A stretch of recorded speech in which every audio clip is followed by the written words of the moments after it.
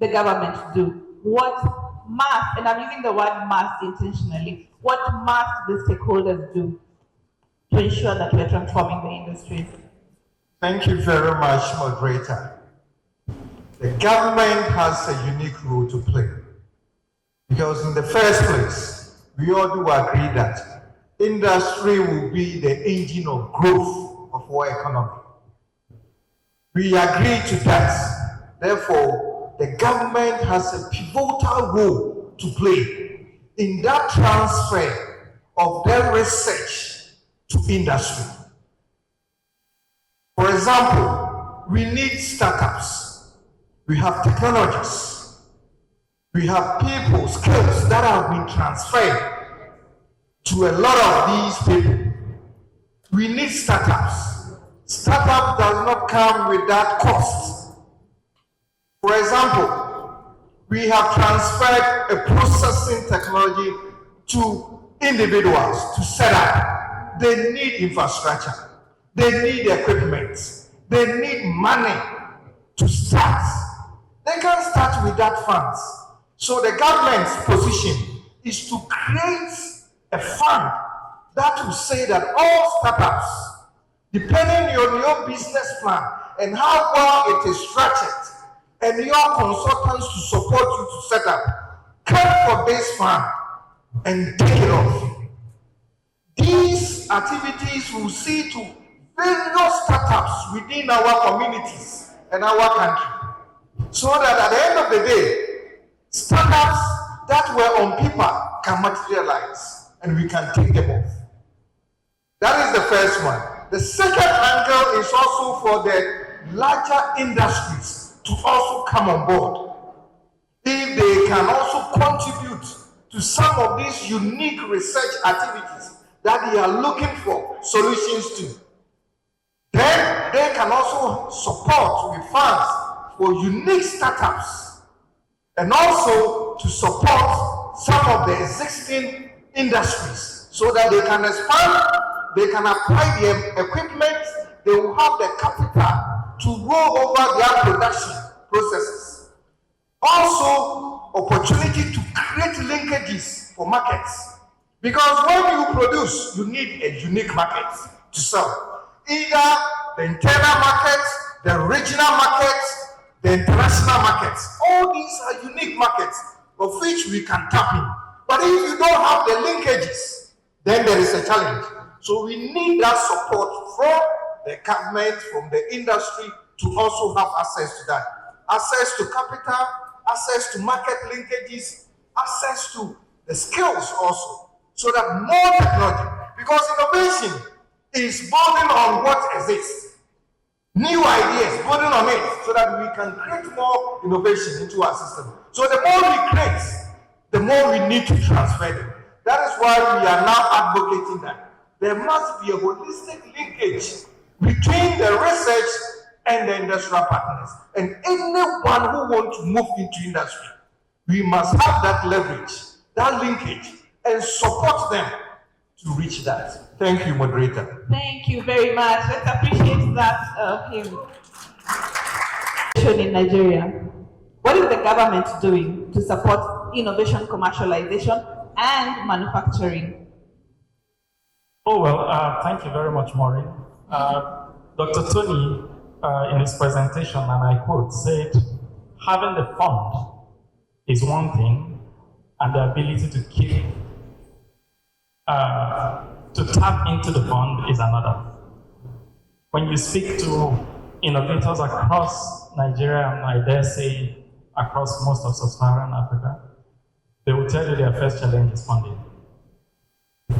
But just like in Kenya, we have also noticed that there is so much money in Nigeria with regards innovation or enterprise development, and none is still getting to the last mile. It's not just an issue with the innovators not being able to access the funds, but sometimes there are also aspects that challenge the process from the government. So concepts are well thought out, policies are world class, implementation becomes a challenge.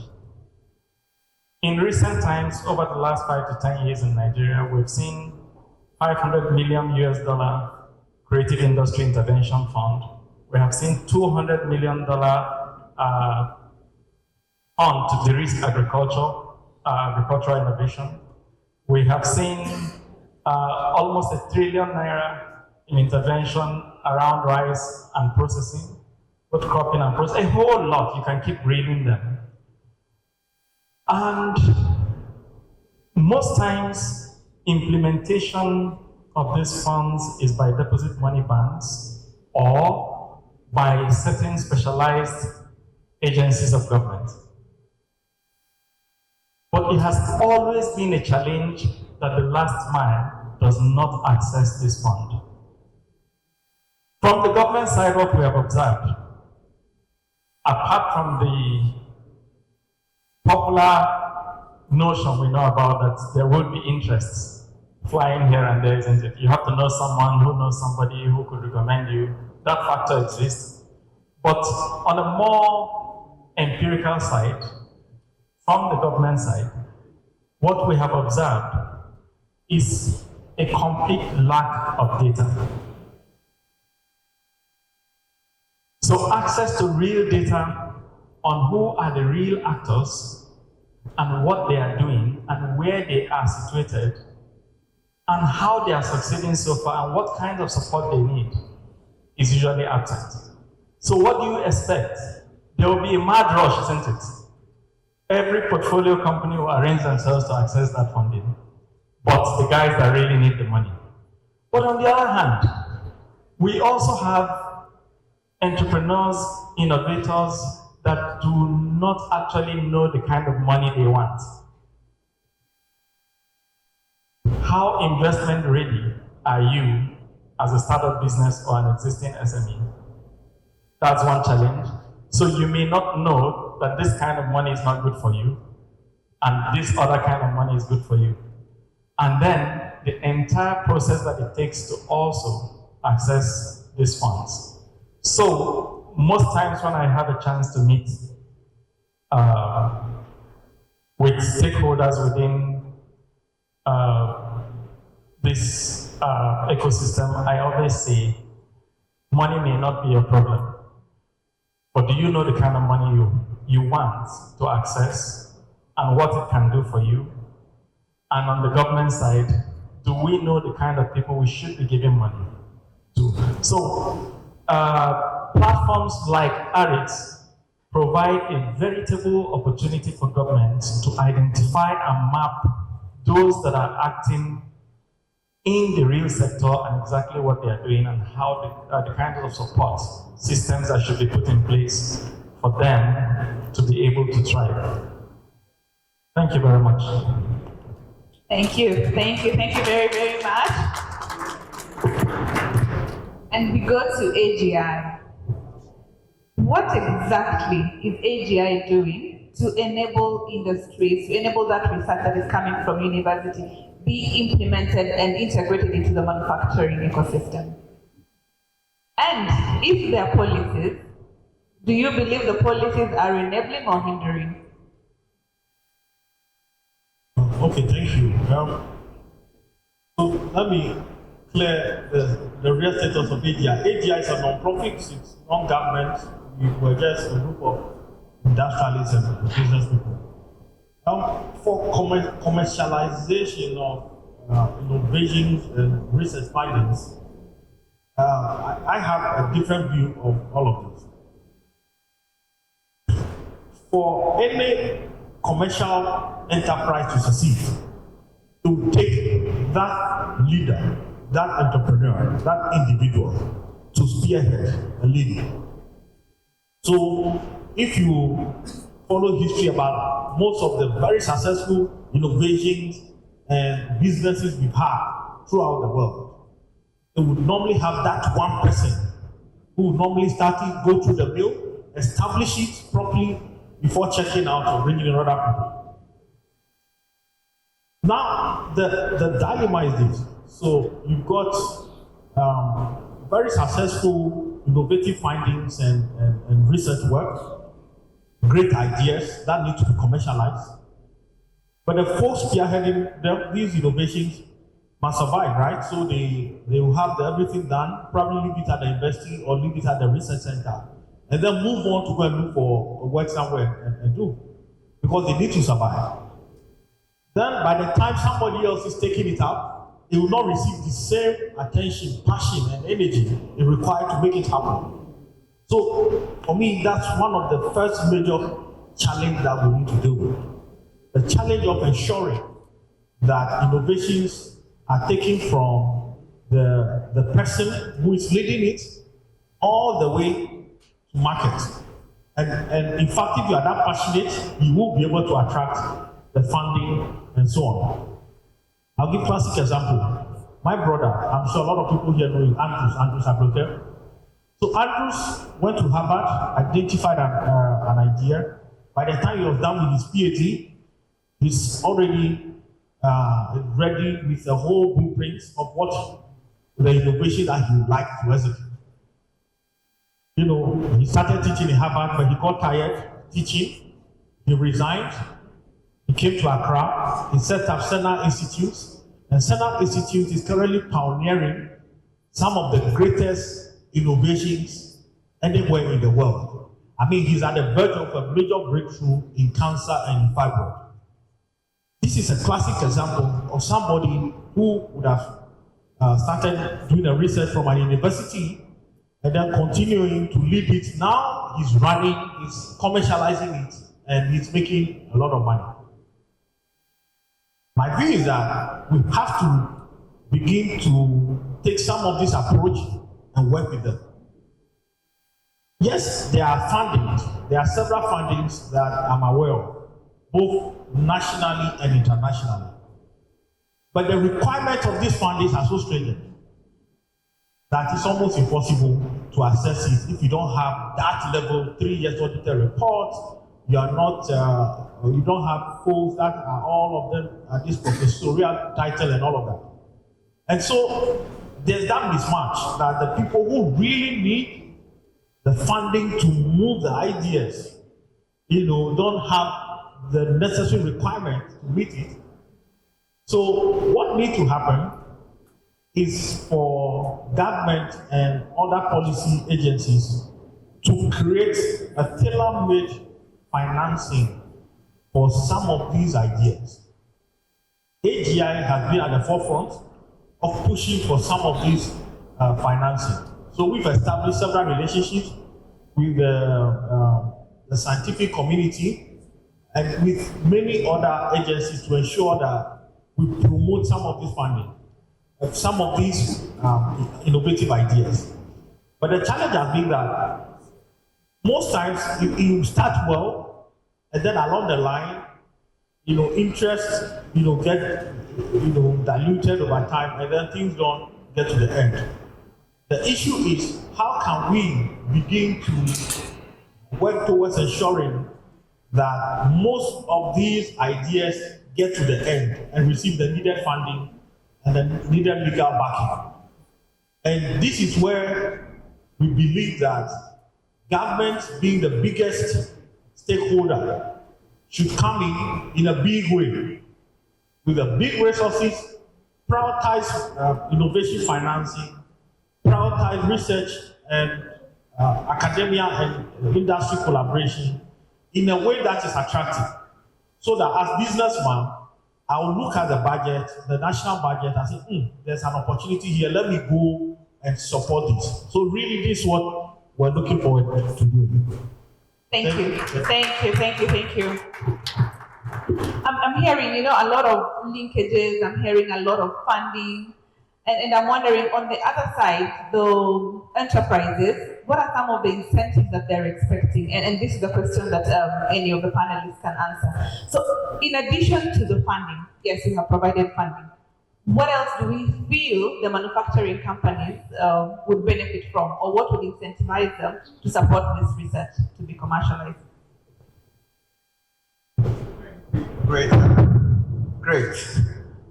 As I said, innovation, we are always coming up with new ideas. So the industries, Your technology will become old if you keep staying.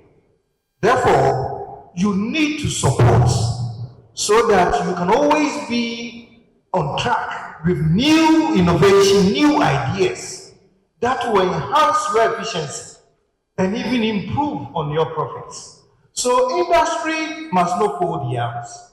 They must also come into the support of the research that we're talking about. Some of the research can be a bottom-up approach, where it will be a challenge within the industry of which the research or the university is picking up to research into and bring back a solution to the industry. So we will not say the industry should be idle. They should also support, contribute to these innovations so that they can leverage and improve upon the new innovations that are coming to them. Thank you very much. Okay, just to add a bit, this is a little controversial. Every time we mention industry, I think the picture that comes to our minds are these big guys, isn't it? The shells, the big names. But is that really our reality? In Nigeria, that is not our reality. I dare say that all across Africa, that is also not our reality. The big guys constitute less than 1% of industry. So who is the researcher targeting? Is the researcher targeting Dangote Industries, or the researcher is targeting what's that waste clearing agency? Zoomlion, for example. So it has to be, we have to come out of what I usually say the delusion of grandeur, where we think our big ideas must be taken up by some big majors. It has not happened. The oldest research institution in Nigeria was like 1920s. And fantastic researches are everywhere. I'm sure even in Ghana. The last time I was in Legon, that was a long time, I also was amazed at the kinds of things that I was being shown. But it has not been taken up by these big guys that we're waiting for. Our reality is that industry in Nigeria and in Ghana, across West Africa and most of Sub-Saharan Africa, is SMEs. So we need to retune our minds as researchers and innovators to see where we're targeting. Do you have a solution for an SME? Then you will be clear about what support means and contribution from the private sector or industry means. If you're targeting SMEs, you should know that you will not get those big checks, isn't it? It means you have to manage your expectations around what contributions you expect from them and what you expect from them as support. So instead of support, it will be collaboration. How can we work together to ensure that this solution that you seek is provided and it gets to the market? I'm sure we'll have an opportunity to talk more in this perspective. Thank you very much, Warren. Thank you. Thank you. So I'll begin by saying that we'd like to see taxation to be used as an incentive of promoting innovation and industry academic collaboration. Now, if part of the biggest challenge of industry complaint on daily basis has been taxation, several taxes we have to deal with. About 70% of all the raw materials we use are imported. And the import duties that we pay are so huge, so much so that most of our factories are unable to make profit. If government bring an incentive to say that if you are going this far of adapting these innovation or this research work, you are going to receive this percentage of tax cuts, I can guarantee you it will be a big win for most of these industries, and they will come on board fully. So we should certainly use taxation as a mechanism of promoting this. We also need to harmonize the different laws and policies, because laws and policies are designed to promote this environment. It has to be very deliberate. You must have a group of people sitting in the room thinking through and ensuring that the laws work in our favor. It is also important to mention that in this day and age of technology, we have to use technology a lot in promoting innovation. There's also another issue around infrastructure. If you travel around the continent of Africa, most parts lack significant and critical infrastructure for takeoff. We need to build infrastructure around power. We need a lot of renewable energy to power our factories and industry and power innovation. All of this must be done in order to ensure that we achieve the desired outcome that we're talking about. Thank you. Thank you very much. I think it's good that you brought the issues of the tax incentives. I think that's what I was looking for. Are we going to talk about the tax incentives? Are we going to talk about the special economic zone? You know, when you think wholesomely, not just as a country, there's some of the components that we need to respond to allow for free trade across Africa. And of course, the conversation is pinned around the African Continental Free Trade Area, and that's how we're coming to speak. We have different representatives from different countries here. And so I'm being told that we need to be wrapping up. I will ask maybe one final question to all of us.